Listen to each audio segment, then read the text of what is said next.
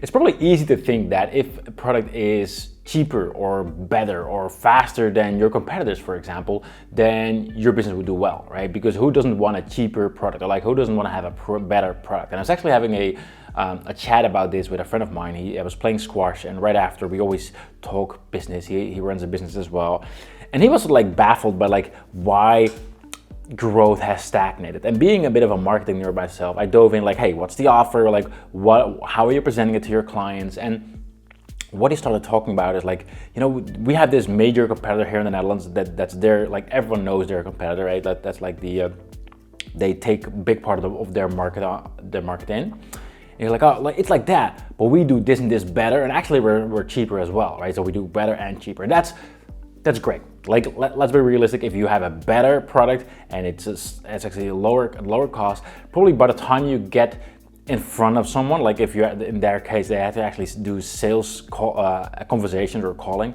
Once you get into the room with someone, you might be able to convince them, right? But the problem is like with any of those things, like if it's faster, if it's better, it's like it's also boring, right? I call this what I call an ER offer. Like if you have to explain your offer with a word that ends with ER, faster, cheaper, better, like all those things, it's just an improvement offer, right? So what that means is that someone's gonna see your offer and it does something better than what they currently already have or currently already do, or something else that's currently already available in their mind, and they already know that it's out there, but you just do it better, right? Like it's just an improvement offer. And with that, there's a percentage of the market who will say, yes, I want a better version, or like, I want to save some money, or like, yes, right? But the truth is that the majority of the market isn't going to run towards a improvement offer, because an improvement offer doesn't easily change behavior. And guess what? Buying your product, buying your service, opening their wallet is changing behavior. They need to think like, hey, this is actually something that solves my problem. Does it really well? I'm gonna buy this thing. And if it's just an improvement offer, it's just not as likely to convert all those people, right? So what's been working really, really well is that instead of having an improvement offer, you make it a new opportunity. You don't even have to change your product in many cases, but it's all about how you explain your product or service. So rather than saying, hey, we're just like them, but we do it better, right? That's an improvement offer. But if you explain it in a completely different way, like we don't do it like them, right?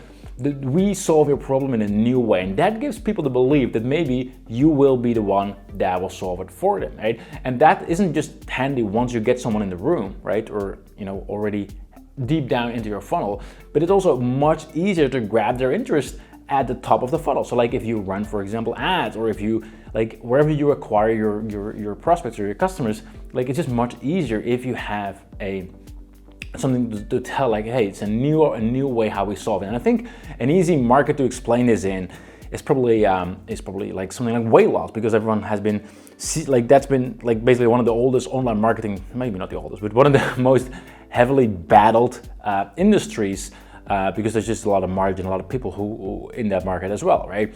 And when, for example, someone initially would say like, hey, if you use my product, you'll lose weight. And then initially that was enough, right? Then the market gets more sophisticated, and then it's like, hey, but with me you lose 2 kilos, right?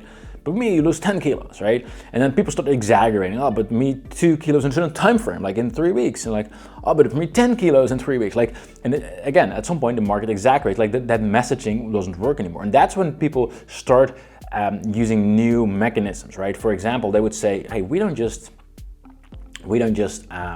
let you lose weight. Like we do the blueberries, like whatever, like I'm not as familiar in the industry, but they'll have a new mechanism, a new opportunity, a new way of actually losing weight, right?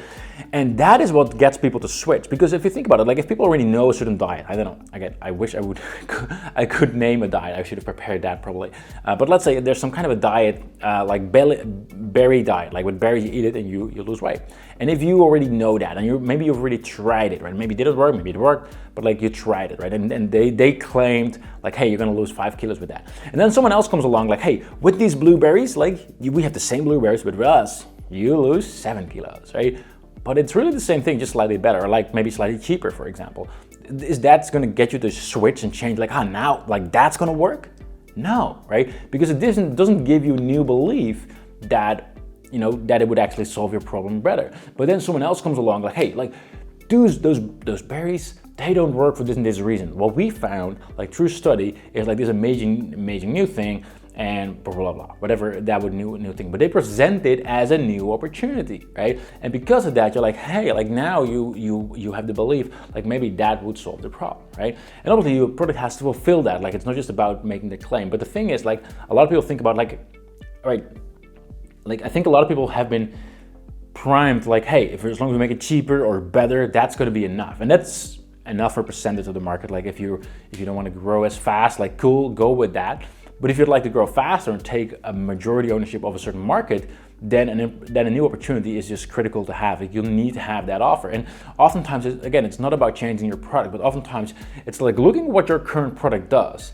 And usually, and me included for a long time, like we try to like explain everything, like this is all the cool things we do. But if you really look at like the businesses who don't really well, it's like they usually focus on one key element that they know is unique to the prospect's mind, and they focus on that. And then once people are in their world, then they can like inform about all these other things. But so oftentimes there's one particular thing that you already do that no one else talks about. Maybe other people do it, but they don't talk about it, right? Because you're the first to talk about it in the customer's minds. Like, hey, wow, this is a new opportunity. Like this is a new way of actually solving my problem, right?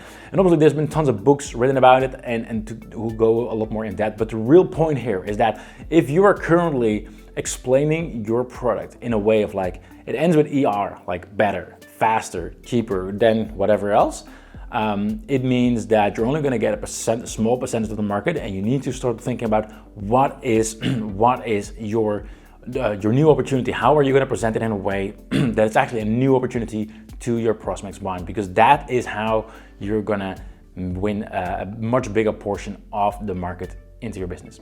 Hopefully that's been helpful, and I will talk to you soon.